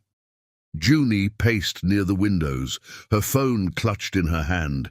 The text from her daughter Sophia glowed on the screen. "Mom, what's going on? The news is saying terrible things about you and him." Branson watched her from his desk, his face etched with concern. "Your children, they're worried." Juni's voice trembled slightly. "They've seen the headlines, the accusations.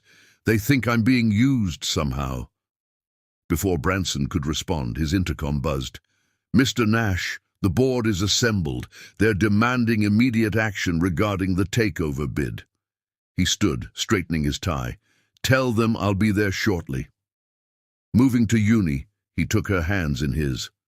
"We'll face all of this together. Your family, my company, our future." "How?" Uni searched his face. "Your world is crumbling because of me." "No." His voice was fierce with conviction. "My world finally makes sense because of you. Everything else is just noise." The intercom buzzed again, more urgently, but something had changed in Branson's expression. A determination, a clarity. "Marry me," he said suddenly. Uni blinked. "What?" "Marry me. Not next year, not when things settle down. Now today." Branson, listen to me. His hands framed her face. I've spent my life building this empire, thinking it was what gave me worth. But facing losing everything, I've realized something. The only thing I can't bear to lose is you. Junie's heart raced. What about the takeover? The board. There's a clause in the company charter. Any hostile takeover attempts are frozen for 90 days following the CEO's marriage. His smile was both tender and triumphant. But that's not why I'm asking. I'm asking because I love you, because I want to build a life with you, because I want to face whatever comes next as your husband. Tears spilled down Junie's cheeks. My children will be part of our family. We'll face their doubts together, show them what real love looks like. He wiped away her tears with gentle thumbs. What do you say? Will you marry me today? Junie looked into his eyes, seeing all the love and promise there. Yes, she whispered. What followed was a whirlwind of activity. Branson called Judge Thompson, while Junie texted Sophia and Adrian. I'm getting married today. Please come. I want you to understand why he's different, why this love is real. Stephanie arrived with rings, not Melissa's claimed heirlooms, but something more precious. The simple gold bands Branson's grandparents had worn, symbols of a love that defied society's expectations. The office was transformed as sunset painted the sky in shades of gold. Junie wore a cream silk dress Stephanie had brought, while Branson remained in his perfectly tailored suit. Just before the ceremony, Junie's phone buzzed. A message from Sophia. On our way. Adrian's driving. We want to meet the man who's made you glow like this. Happy tears blurred Junie's vision as Judge Thompson began the ceremony. Branson's vows were powerful in their simplicity. I promise to love you completely, support you endlessly, and fight for our happiness always. You walked into my life by chance, but I choose you by love, today and every day. Junie's voice shook with emotion as she responded. I promise to love you truly, stand by you faithfully, and face whatever comes together. You saw through all my walls and loved me anyway. I choose you, trust you, love you with all that I am. As they exchanged rings, the elevator chimed. Sophia and Adrian rushed in, slightly breathless, just in time to hear Judge Thompson pronounce them husband and wife. Branson's kiss was tender yet passionate, sealing their vows with love. When they parted, he kept her close as they turned to face her children. I know this seems sudden, Junie began, but Sophia interrupted, moving forward to hug her mother. We saw the press conference, she said softly, saw how he defended you, how he looks at you. Nobody's ever looked at you like that before. Adrian stepped forward, studying Branson with protective intensity. You'll take care of her? With everything I am, Branson promised. Your mother is the most precious gift in my life. Stephanie watched with tears in her eyes as the two families began to merge. Junie's children asking questions, sharing stories, beginning to understand the depth of love that had brought their mother back to life. The intercom buzzed again. Mr. Nash, Melissa's father is demanding a response to the takeover bid. Branson smiled, holding Junie close. Tell him he'll have to wait 90 days. I'm celebrating my wedding. Melissa's fury arrived by text moments later, but it held no power over them. They had found something stronger than business maneuvers or social expectations. They had found real, transformative love. Later that night, in the privacy of their penthouse, Junie and Branson held each other close. Happy, he murmured against her hair, beyond words. She traced his face with gentle fingers. My children accepting us, your grandmother's blessing, our love saving everything. It's like a dream. Better than dreams, Branson kissed her softly. This is real. This is forever. They had faced the storm together and emerged stronger. Their impromptu wedding hadn't just saved his company, it had created a new family, a new future, a new kind of love story. As moonlight painted their world in silver, Junie and Branson began their life together, knowing that sometimes the greatest adventures begin with a single step, a leap of faith, a love strong enough to defy the world. Chapter 11. Hearts United. 2 days after their impromptu wedding, Junie woke to find Branson standing by their bedroom window, silhouetted against the dawn. He held a letter in his hands, his shoulders tense with emotion. "What is it?" she asked softly, moving to embrace him from behind. "A letter from my mother," he turned, pulling her close. "Written before she died, to be delivered when I found true love." His voice rough with feeling, he read, "My dearest son, if you're reading this, you've finally opened your heart to real love.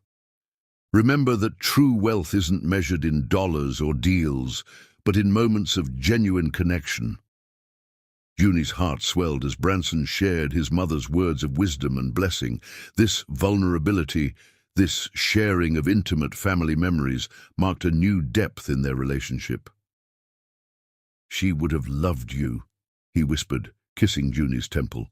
"Not for your social status or connections, but for how you've brought light back into my life." Their peaceful moment was interrupted by a knock at the door. Stephanie entered, her face alight with excitement. "The morning papers," she announced, spreading them across the bed. "Look how they're covering your wedding." Instead of scandal or business analysis, the headlines celebrated their love story. "Nash Industries CEO chooses love over power," declared one.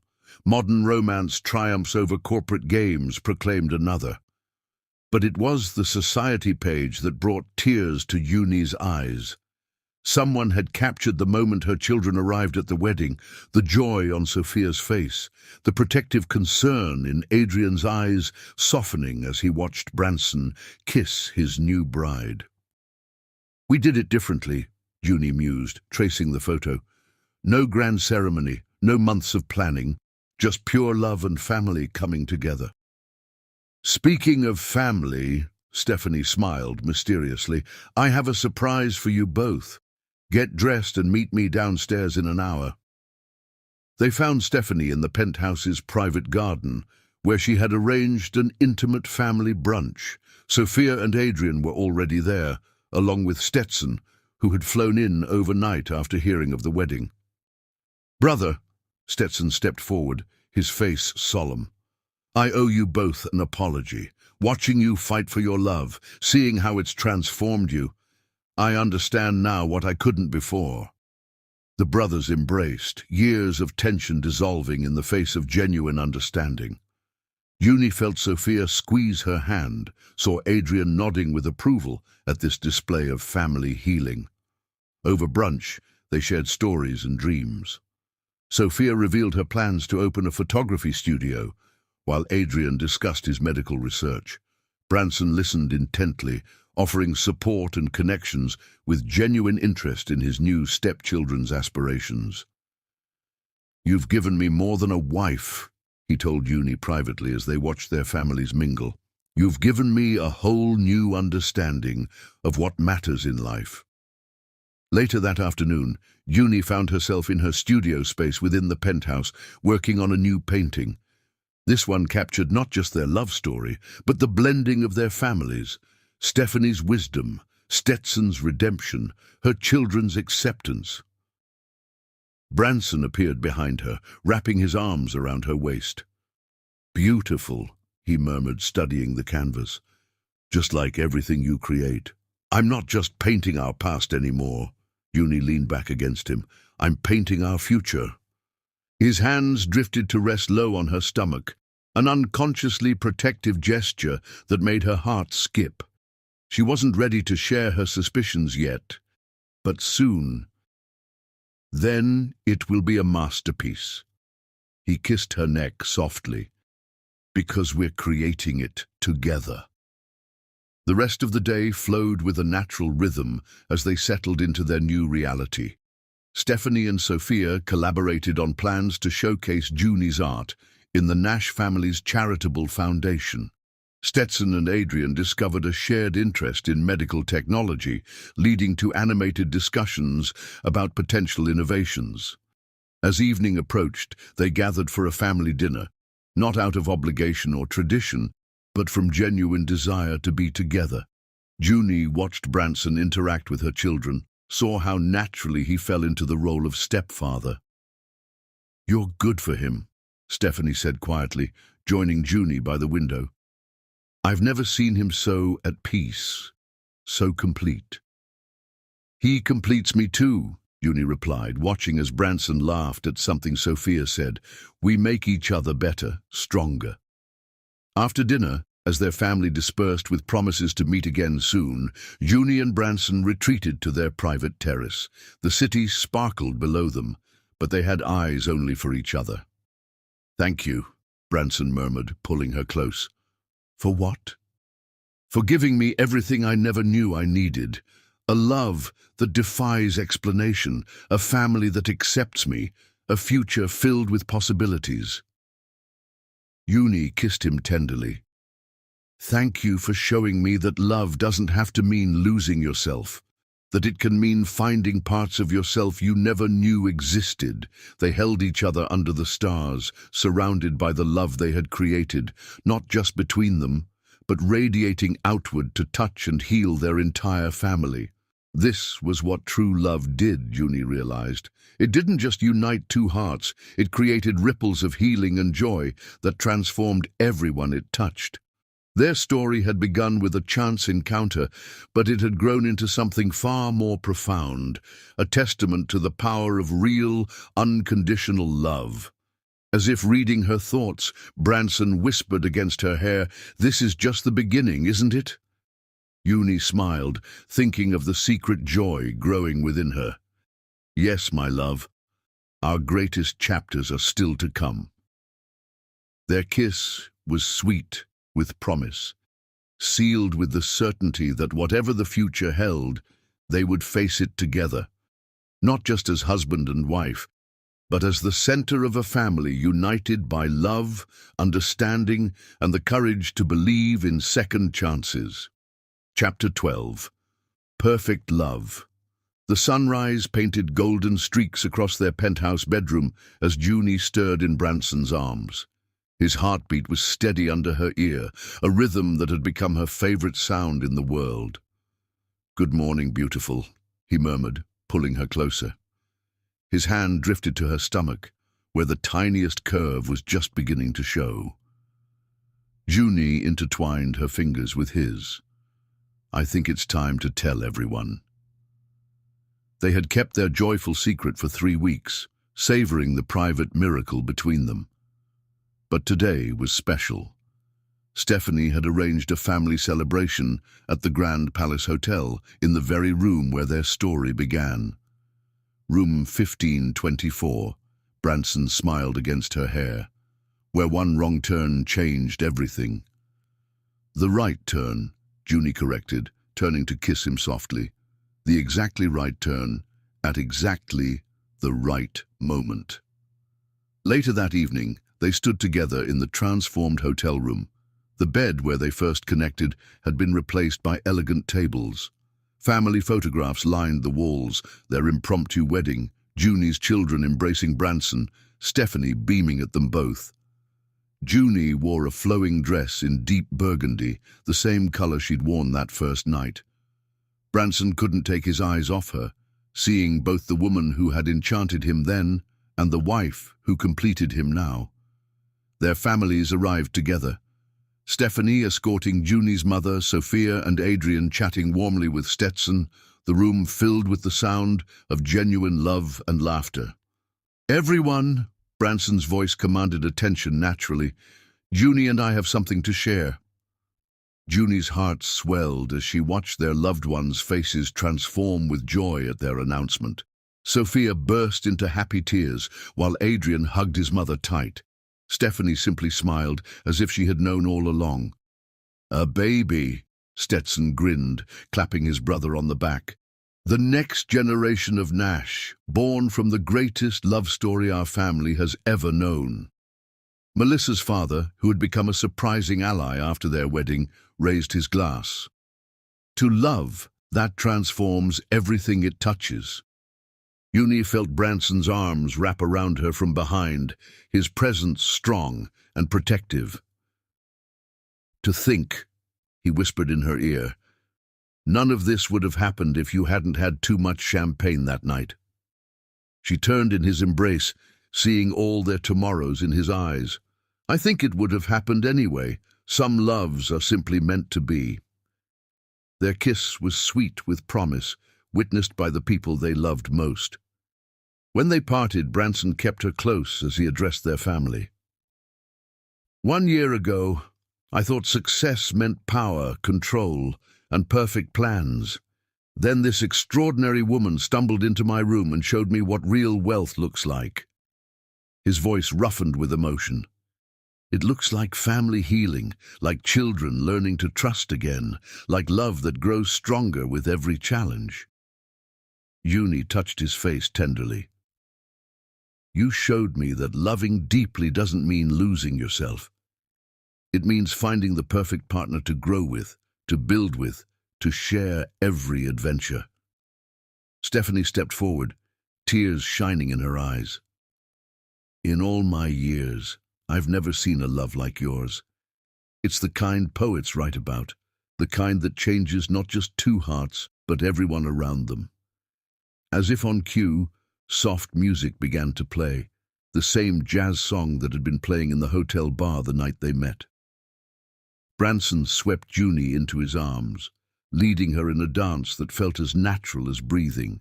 Their family watched with joy as they moved together, two souls perfectly in sync. Juni's children smiled at the love shining in their mother's eyes. Stetson saw the peace his brother had finally found. Stephanie witnessed the legacy of true love continuing through generations. Later that night, alone in their penthouse, Juni and Branson stood on their terrace under the stars. His hands cradled her slight bump as she leaned back against his chest. Happy? He asked softly. Uni turned to face him, her eyes luminous with love. Beyond words. You've given me everything. Love that lets me be myself, family that supports us both, and now this precious gift growing inside me. You gave me even more. Branson's voice was rough with emotion. You gave me back my heart, my soul, my ability to love. You showed me what real happiness feels like. Their kiss was tender, yet passionate, sweet yet fierce, just like their love. When they parted, both breathing heavily, Juni saw their entire future in Branson's eyes. I love you, she whispered against his lips, not just for who you are, but for who I am when I'm with you. I love you, he responded, holding her close. For every moment we've shared, every challenge we've faced, every joy still to come. The city sparkled below them as they held each other, two hearts that had found their perfect match. Their story had begun with a chance encounter, grown through trust and understanding, and blossomed into the kind of love that transforms everything it touches. Now they stood at the beginning of their greatest adventure, creating a family, building a future, writing new chapters in their endless love story. Because that's what real love does. It doesn't end with happily ever after. It keeps growing, evolving, discovering new depths of joy with each passing day. Juni and Branson had found something rare and precious, a love that made them both stronger, better, more truly themselves. A love that had healed families, bridged worlds and created miracles, a perfect love.